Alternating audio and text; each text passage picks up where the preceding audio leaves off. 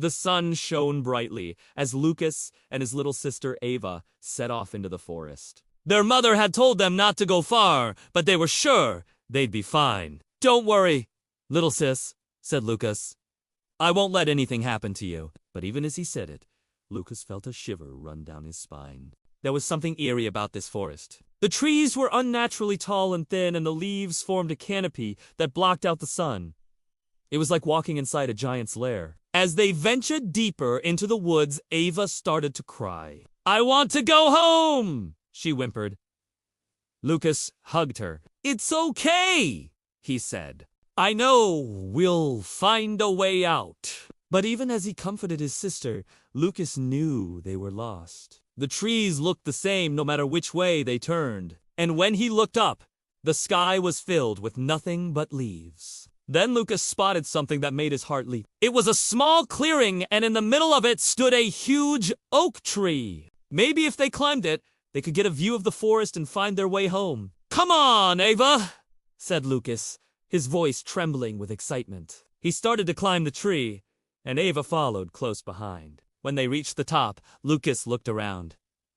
"There's the river!" he cried. "And beyond that is the village." But before he could celebrate, the ground beneath them started to shake. Looking down, Lucas saw the creepiest thing ever. A huge, ugly monster was standing at the base of the tree. Its eyes glowed a bright green, and its teeth looked like they could crush a man's skull. Then it did something that made Lucas's blood run cold. It took a big, deep breath, and then it spoke. "Who dares disturb me?" it boomed. Its voice echoed through the forest, sending shivers down Lucas's spine. Startled by the sudden appearance of the monster, Lucas and Ava had climbed up the tree, so high that the branches formed a natural hideout. From their vantage point, they could see the monster clearly. It was unlike any creature Lucas had ever seen before. Its skin was a sickly green color, and it had sharp claws and teeth. But the most terrifying thing about it was its eyes. They glowed an eerie green and seemed to pierce through the darkness.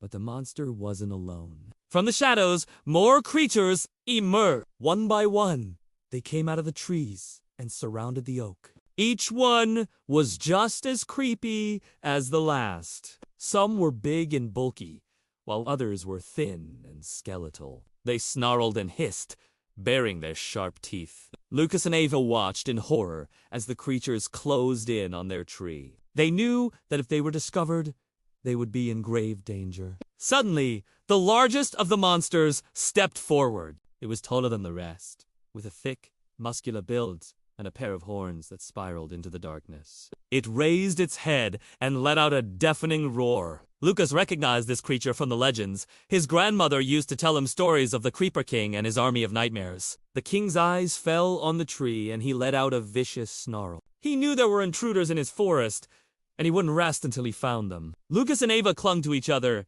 terrified. The Creeper King was a ruthless ruler, and his army was known to be unstoppable. They had to find a way to escape, but where could they go? As the Creeper King approached the tree, Lucas and Ava's hopes of escaping dwindled. They were trapped, and soon the Creeper King would find them. But just when all hope seemed lost, Lucas remembered his grandmother's stories. She had told him that the creepers were afraid of water. With a surge of adrenaline, Lucas grabbed a bucket that was hanging from a nearby branch. It was filled with water, and he had used it to water the tree. But now he had an even more important use for it. He climbed down the tree and handed the bucket to Ava. "Quick, throw this at the creepers!"